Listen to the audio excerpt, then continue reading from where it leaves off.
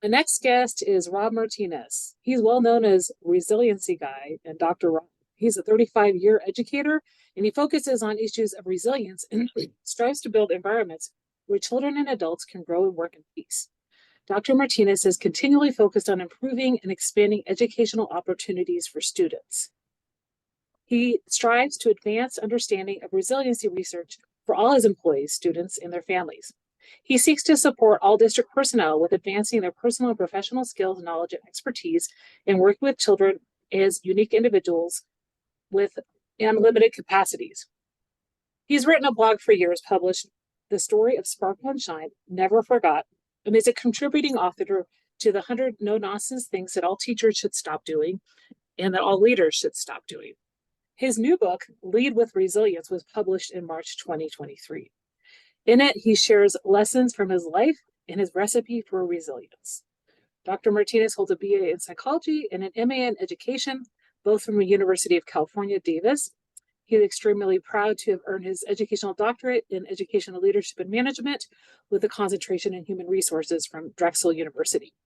He's able to provide keynotes, a consultation, and training on building resilient cultures that create powerful, safe places for our children and adults to learn, grow, and develop peace. He believes in building resilience in each person. Equitable and safe places is of paramount importance. Well, welcome to the podcast, Rob. Oh my gosh, it's so wonderful to be here with you, Dana. Thank you so much. Well, it's great to have you on as well, since your book is basically about what the podcast is about, resiliency, right? And exciting to have this conversation. We've met in person at the Teach Better conference back in October, and we've been connected for a while. But I'm going to have you start off with your trench story. So tell me about a time when you were in the trenches and managed to crawl out. Wow. Okay. So you really got me thinking about this, and I wanted to share something that is really important to me. So I'm going to go back a little bit. And part of the story that I tell in Resilience is from my own life. And while I won't get into the nitty gritty, because again, that's part of engaging with people, but one of the aspects that I had to deal with is now going back a ways. I'll say I was a young 15-year-old kid, a man child, I like to call myself. Yeah. And, I had finished my sophomore year in high school. And I talk about this a little bit in the book, but I was involved in everything. I was in chamber singers, in football, in baseball, in leadership, in band, in jazz band. Just I was immersed in school. And the early story was school was really keeping me focused. All the wonderful, amazing people that were part of that culture. And I lived right across the street from the high school. Well, as things happen, again, my dad found a new love of his life and decided we're moving. We're selling the old homestead. We're buying a new place. And what I did is I convinced he and his wife to allow me to keep going to school as a sophomore to finish my year. And what I ended up doing was getting up at about 4:30 in the morning, getting myself ready. My dad was an early riser too, so I'd see him, and then off I'd go hiking to the bus stop in the morning, catch the early bus, or sometimes that dangerous activity of hitchhiking we used to do, and get myself 25 miles to the school. Now, at the time, we still had the old house. So I'd go to the old house and kind of hang out in there, keeping myself safe, and then get to school, do all of the school things, and stay at school till about 5:30, 6 o'clock at night, depending on what was happening, get on the bus and get back home. And again, 25 miles, just kind of all on my own. And as life goes on, and I had a great plan of doing this for the next 2 years of my life. Like, I can do this. That's okay. I love this place. And what happened is that my dad said, no, you can't do this. You can't do this anymore. We're going to move you schools. We're going to have you go to a new place.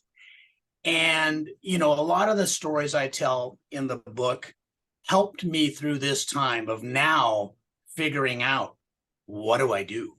Yeah. How do I start again? Where do I connect? And so I tried. I really did try. But now that year as a junior, what happens? More pressure, more trauma, more struggle for me personally, where it's almost I'm ready to quit school, ready to just disappear, ready to become a statistic, if you will. And, I escaped my home that year. So as a young man of 16 is when I left home. And the one huge thing that got me reconnected was another school. And it was another group of people who were trying to do the right things, who were trying to support students, community. And my brother, I write about that in the book. He kind of needed to get regrounded. But the themes of finding support, my mom had instilled early on, keep going to school. It's a safe place. It's a safe place. And, I thought about that oftentimes those early struggles help, maybe we relive them in our lives. But for me, those struggles help me find the guiding path for me to find a way to support other students, other families, other educators. And so being able to overcome that and pull through with the help of educators. And I think that's really just been a strong, powerful lesson for me about the important work that educators do. And I say educators broadly, including our classified folks, our support staff, our teachers, our administrators, everybody, because it really does take us all at different levels. So that's part of the story. I'll share that with you. That's a lot of what I ended up doing in my life. So you said you include this story in Recipes for Resilience, but tell me a little bit about what your book's about for those who are interested in diving deeper. Yeah, I'd love to. So, the book has kind of been a work of heart for many years. And what I wanted to do was share some of the early stories that I had about framing, having examples and having lessons and having resources really taught to me by a strong family early on. And so I had all these ideas about, well, what would I share about my life? And not that I have the most interesting life in the world, but I had a pretty wonderful childhood growing up. I mean, we were in the heart of Southern California, East Los Angeles area, a wonderful Mexican-American family. We're finding our identity, getting education, really kind of moving through. And then our family hit trauma. And my mother passed away when I was 13, which was an initial huge hit on our family. And again, issues of lessons learned early on, resources, I think she shoved in my head, when she was, as a mother and a parent, and through our family, those lessons were important to me. And I kind of kept cycling through and using those resources, those supports to learn. I also then, as I mentioned, living with a brother, we started talking a lot about what resilience is. And through his story, my story, the stories of our family, kind of realized, we can get through, we can keep going. So as I started putting this together with now the lessons I've learned as an educator, from teachers, with teachers, from students, with students, their families, parents, I wanted to share some of those ideas so that educators could look at this book and learn a little bit about me and my development struggles, because I always think it's important that we know people we're learning from, just like we know our students, so that we have a bigger connection. And I really kind of frame those two ideas with the design to talk a little bit about my life, share some of the lessons that I believe are important that we can help other students learn now, and give some real examples to educators about why relationships are important and how to do that, about how we focus on the relevant things and how to do that, about how we really build resolve to change things, to improve things, and help our students really acquire these characteristics. The way I look at it in the end is that resilience isn't something that's kind of sprinkled on the select few. I really believe that every single person has a latent resiliency, and many of people have tapped into it. And many people have been resilient, but they don't recognize it. They just kind of, well, I got lucky. I got through this. And it's like, when you sit and you talk to people, it's their early stories. It's their early lessons. It's the resources they've developed that help them through that. And there comes to a place of empowerment when people realize, I've been through some challenges, but I've been able to get through. Or I see a challenge coming, and what do I need to get through? And again, helping our students develop those skills through process, through mentorship, however it needs to be, we give them more power to be ready for that next adversity that's going to come. So I really wanted to kind of craft this book so that there's lessons, there's some guidance. And I tell people it is not like a program, right? You can't just get the book and go, oh, let me implement this program. It's really a process of people reflecting, understanding what their story is, who helped them early on in their development, and make a purposeful plan to help our students. When people do that and they start doing the things that are really going to make a change for kids, you get hooked and you realize, wow, I really can make this difference for kids. And I think that's a great story for people to really feel good about their teaching and connecting with people. It's so important, especially coming out of the pandemic and now really kind of elevating the importance of our educators, across the nation, so they really feel good and that they know that they made right decisions by entering this field of education, and they really do make a difference. Yeah, and I really like how you bring forward like some of the things that you went through as a kid, and how us as educators, we can think about some of our stories, even if they were several decades ago, right? And we might have thought, okay, we got through it, wasn't that big a deal, but really, coming to terms with these are things that we were resilient from, we can help teach our students resilience as well through our experience. So I wanted to ask you a little bit about your writing process, because you've been connected, you're both in California, and you've been connected to Dave Burgess for a while. And how did you kind of take the plunge, I would say, in making sure this book came to fruition? Yeah, that's kind of a great idea of taking the plunge. For me, it was like I ran around the pool a bunch of times. Yeah. And that's okay. Yeah. Because I had this idea that I wanted to share. And yes, I would share with my teams, I'd share with my administrators, my teachers. And it's like, I think there's a bigger idea that there's value in it. Yeah. And so it was probably about 9 years ago now where I connected with Dave Burgess, and I actually saw Dave. And if anybody's ever not seen Dave Burgess, on stage, get in the room, because it's just an incredible experience. And, in fact, one of the big things that he stuck with me is if you want uncommon results, you have to give an uncommon experience. And so I really kind of just bought in. I love that concept. Because I kind of feel like throughout my career, I've always tried to do things a little differently and stand up a little bit more and say, it's okay, let's try this. Let's try this. As a principal, let's try this. As a psychologist, let's try this. And so in seeing that and being inspired by him, I started putting the ideas together that were kind of there. And we talked and I said, I think this can be something. I think it can really lead into a book that can help people think differently about resilience, think differently about their practice and their impact. And so, in conversations with him, we decided, all right, write some words down, Rob.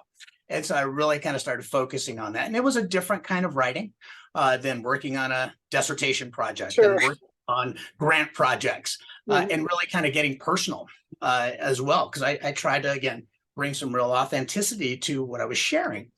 And so it's been, and we've used the word, the reiterative process of writing and rethinking and writing and rethinking. And, I was falling almost a victim to the, so focused on perfection that we're stopping the good writing from coming. Sure. But I really kind of freed myself to just spit it out. And I probably had too many words that I spit on the page. And so that's where the process of connecting with Dave and again, their team of just wonderful people, then honing back in the message and thinking about what we wanted to share. And so, we've gone through some editing, then some re-editing, then some rewriting, and some clarity of message, so that it's not a, behemoth that people can't get through.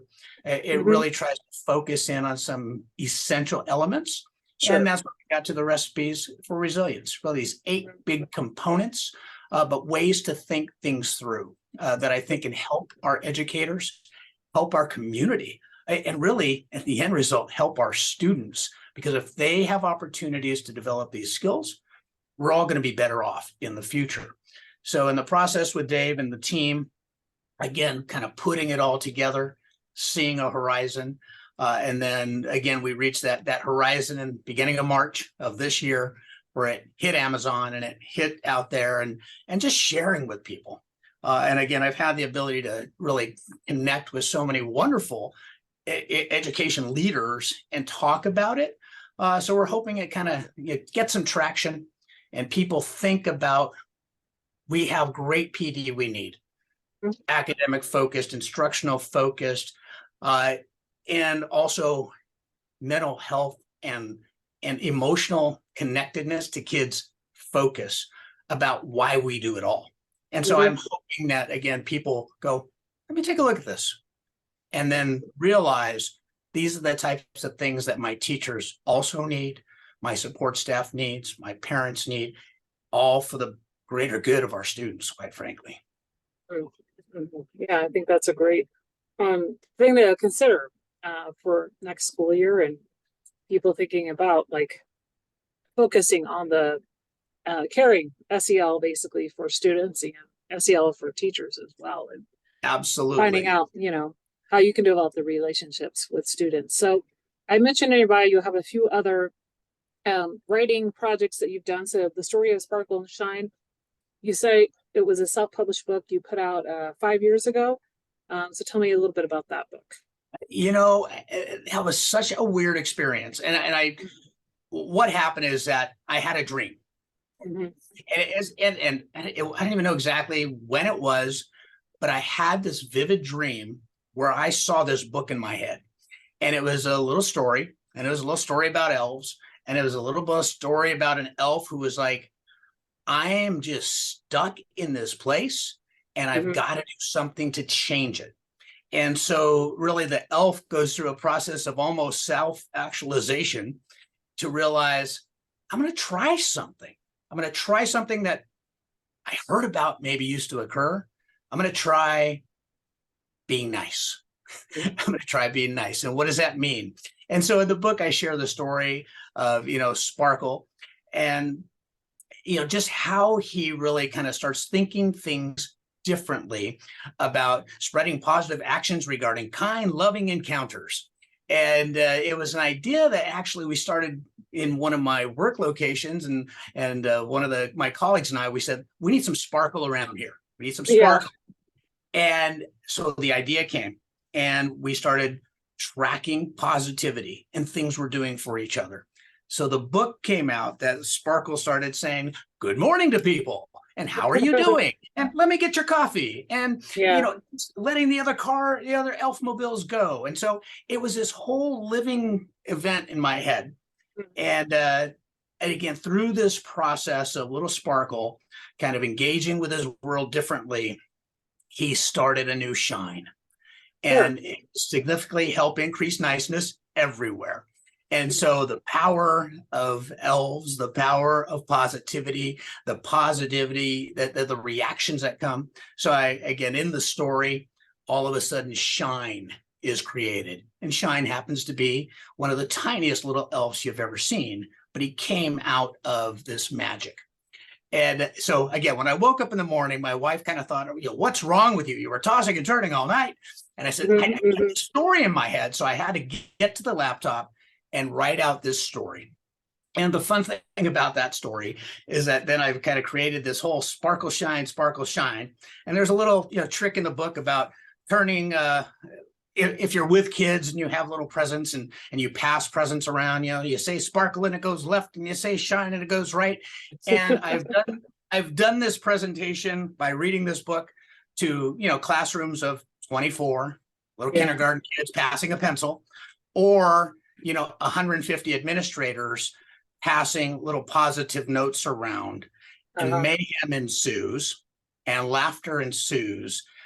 But the simple lessons about people creating a difference, simply because they chose to, is really a heartfelt message at the end. So again, a little simple story, and it's been out there. Again, I kind of self-published it on through Amazon, and I'm actually getting ready to kind of regroup with it, because I put it out there without illustrations. I'm just like, here's the idea, boom, because I didn't know what I was doing. But now, again, I've had people kind of say, you know what, again, a simple idea, but let's do a little bit more with it, because it's the kind of thing that we need, especially for our educational culture. And we need to laugh, and we need to have fun, and we need to realize sometimes the very simplest of things are what's going to make a difference for us. So, which is interesting, because I did a little story a couple of months ago around the holidays with our department. And one of the tech gentlemen came into my office the other day. He's like, "Oh, sparkle and shine." And, and we start laughing, and but that's it. Like, it replays itself, because you put a seed of positivity in somebody, and that comes back. So if people are interested, reach me, hit me up. I think I put even a reading of the story out on YouTube at one point. It's probably still out there. Yeah, I mean, that's always beneficial to put, in classrooms or have with teams, during a PD. You've also written, as I mentioned, for the 100 Stop series. So the 100 things all teachers should stop doing, we've contributed towards, and all the 100 things all administrators should stop doing. So let's talk about the chapter that you wrote for the administrator book. You said it was entitled "Know When It's Time to Leave." Oh gosh, yeah, that was wild. And I was thinking about this. I wrote this story because, again, sometimes we hear of tales of people just staying in their jobs a little too long, losing the luster of why we're doing what we're doing. And I've through my years of experience, I've had a few people who's like, "Oh, you should probably retire." You think this, we don't ever say it to people. But when the chapter design came out, I said, let me write this. Know when it's time. And I didn't mean it to be like to hurt anyone's feelings. But there's also a level of commitment that educators have to have, administrators have to have, that it's not going to always be easy. And so I wrote the book, I wrote the chapter kind of saying, if you're not loving being at the school, being with kids, all the things education, then really think about stepping aside, finding the sunset. And so, I wrote it out, and I put it away, and I sent it in to the publishers, Rick Jeter, and just kind of waited. And it was great. They go through their process as well. Well, I found myself in a situation probably about 8-9 months later. And I had left one administrative position, and I'd taken a little time, and I just about considered retiring. And I thought, well, let me try this other thing. And I got into this situation, and I was not having fun. It was not a great situation, quite frankly. And there's probably going to be another book about that one, but it was just not a great situation. And I was going through some of my things, and I found my manuscript for the chapter. And I read the chapter, and I went, "Oh, you knucklehead. You kind of wrote yourself a letter months ahead of time." Wow. And I thought, you know what? I need to leave this place. And it's not that I wasn't feeling that I still was doing some good for the people, but it wasn't resonating with my heart, mind, soul, and everything I was aligned with, that I really could be here and should be here. So I stepped away, and and it was a great decision for me. But as sometimes happens, we step away from one thing, and another opportunity will come. And so now, again, I did not go through retirement, and I re-entered work in the Antioch Unified School District in the East Bay of Northern California. And I'm here as their Chief Human Resources Officer. And I just love it, Dana. I love it. And a lot of people are like, oh my gosh, human resources. But for me, it gives me that opportunity to really talk with positivity about our district and the amazing things that are happening. It gives me an opportunity to bring in new administrators, new teachers, new classified personnel, and really kind of re-empower what we're doing now. Again, and I say it's still post-pandemic. It's going to be post-pandemic for a while. And we have a lot of work to do, a lot of students with needs, and it's not easy work, but I got to tell you, I love the work. And so I'm finding that, again, this is the right place right now. And I hope that continues. So I just hope people find a way. It's okay. Yeah, and you said in the pre-chat how being a school psychologist and working as a school administrator has really helped you in this current role. And I know right now, as we're recording, it's the recruiting time of year. So, trying to find people to fill some of those hard to fill positions. Antioch Unified, we're on that joint. But yeah, we had a recruitment fair just this last Saturday. And, I love getting out and talking to our teachers, beginning interested folks. And it's really, we are not alone in a district that has needs. Many of our districts, in fact, probably all, have some needs right now. And it really, I think, is incumbent upon all of us to help each other to talk about the positive things that are happening in education and the difference that new folks can make. And so I'm just thrilled to be able to be in this role and really speak up. Again, my current district, Antioch Unified School District in Northern California, but really all of our districts and what we're doing in education. I think it's a great time for us. We do have some great and more money than we've had in the past to do some things differently. So the places that are innovative, like for us right now, and I'll just add in, we're doing wellness centers at every one of our elementary schools. We're expanding our restorative practices for our middle schools and high schools. We really have a focused educational service department that is not just on the academics, but the entire wellness circle for students.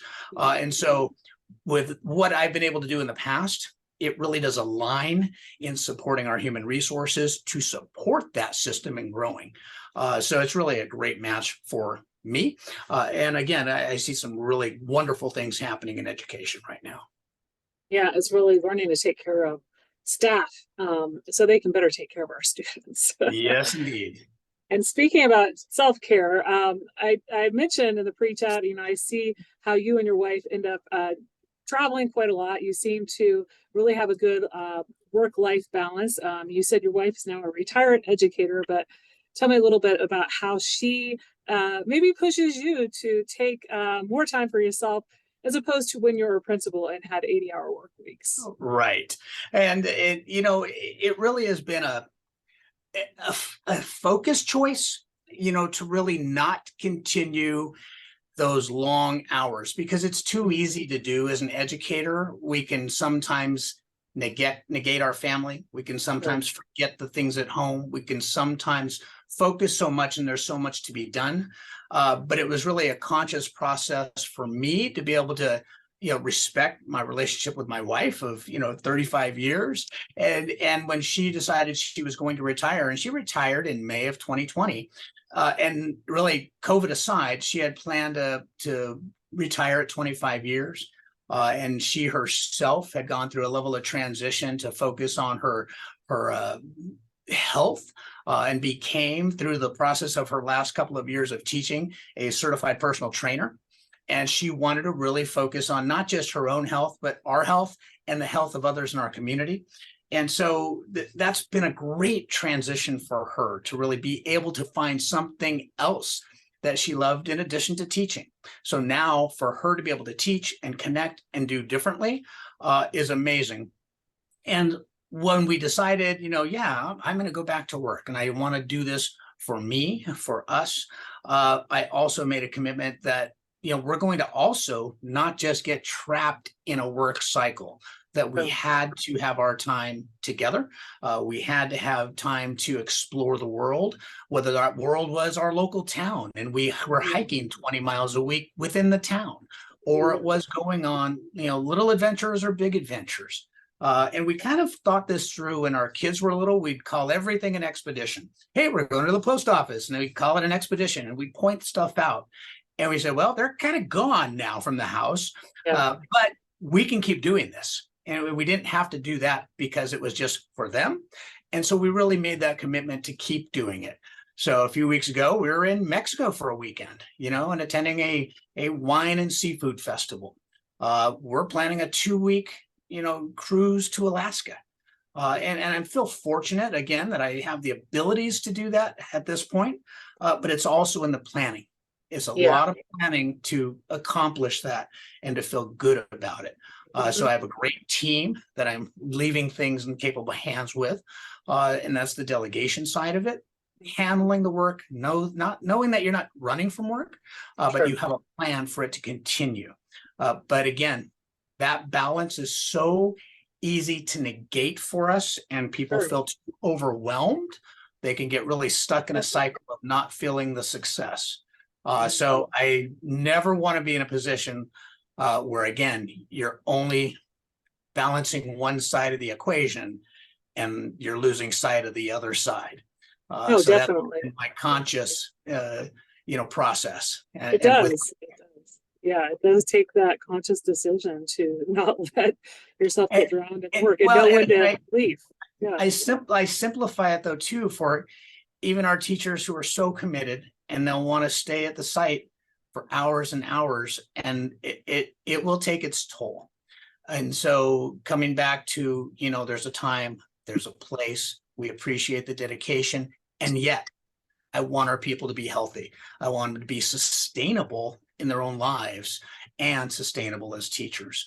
So that's one of the other facets within a human resources department that I work on, is making sure that we have, training and support for their financial health, training and support if they need to buy a house, training and support if they want to think about their retirement early. So when you plan ahead for these things, there's less anxieties, less tension. We want our people to stay, for the duration and long time and feel wonderful about their careers. Yeah, it's definitely the way to go when you're ahead of HR and really wanting to take care of your staff. Well, we've had a great conversation about your book and your work in education, your resilience story. Out of everything we talked about, what's one thing you'd like listeners to remember? Oh my gosh. I'll keep it simple. I think it's a matter of remembering that it sometimes are the simple moments that can really make a dramatic difference. And I am oftentimes reminded of that by people kind of coming up and saying, hey, I remember. And so I was at dinner in our local town the other night and just kind of out, having a drink and having an appetizer. And I looked across the room and I'm like, I think that's Mr. Coleman. I think it's Mr. Coleman. And it was a parent of a student, probably from some now 18 years ago, who was at one of my schools. And his child, Jonathan, was kind of in a classroom with a not so wonderful and amazing teacher, because every once in a while that happens. And so as a young assistant principal, I worked through a process, worked to support them. And we made some transitions. And in any case, Jonathan finished that year. But then he became kind of one of the guides within our process of managing my PE. As a fifth grader, as a sixth grader, he was managing PE. Wow. He was because he was just a talented young man. Yeah. And so, he said, oh, okay, bye, Jonathan. And off he goes and off I go. Well, years later, he's now working at a high school where I used to work at, and he's a community resource officer. And he helps to connect families and parents. And anyway, Mr. Coleman comes over and he says, hey, Mr. Martinez. And I said, oh, Mr. Coleman, how you doing? And so he actually reaches out, we hug, and I'm like, holy smokes. I didn't do anything grand or special in my life for Jonathan, but it was the simple things of taking care of business at the time. And that parent remembered. And years later, Jonathan's now a father, and he's got his own child, and he's got a good job, and he's a functioning adult. And I had very little to do with that, other than securing his educational process in classrooms and supporting then years ago, but does parent remember? And those are the simple things that there's a lot of moments like that. Sure. And we may never see the thank you years later even, but we have to know that we were making a difference. So keep it simple, but keep making a difference every day. And so that's what I'd like everybody to kind of keep remembering. You do make a difference. You may not see it, you may not heard it yesterday, may not even get the acknowledgement today, but you're changing the future for people. And such a valuable place to be in education. Yeah, that's so important to remember. Like you said, we may not hear it. It may come 18 years later, but it's those lives that you touch. Where can people connect with you and find you online? All over the place. Now, I use Twitter a lot. You can find me Resiliency Guy. That's kind of the handle on Twitter, on Instagram. I'm on LinkedIn as Dr. Rob Martinez, but Resiliency Guy is thrown in there somewhere. I have a Facebook page.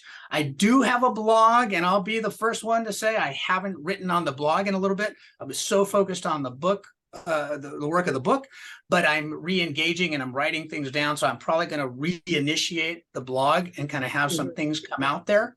Okay. Through the process of working with, again, the Dave Burgess group, we do have a book study in progress as well. Okay. And so people will be able to connect through that, whether they take the book study documentation and they want to work through with a team and the book. That's one way to do it. They can also reach out to me, and hey, my email is out there. It's resiliencyguy@gmail.com. So, Okay. I'd love to get, just touch base, connect with me. That's a great way to do it. I even have a TikTok, but I only think I have about 4 or 5 videos out there. But and we'll see if they let us to keep them. Now, then we'll expand it. But I have some ideas about getting more kind of video lessons out there. But quite frankly, I also love to be with people. So planning to be at the Teach Better conference again, and I do some work with the Association of California School Administrators, hoping to be out there across California. But again, I feel I'm going to be working for a few more years at least, and then see what other opportunities and where maybe the message can resonate. So there's always good time to plan for the future, but people can reach out to me and find me all over the place.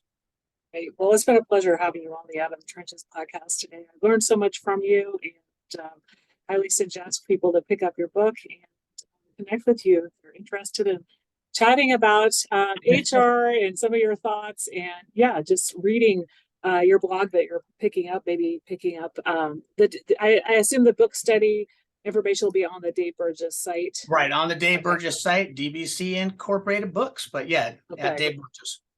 Okay. Thank you so much, Dana. I greatly appreciate touching base with you and sharing. It's what I look at.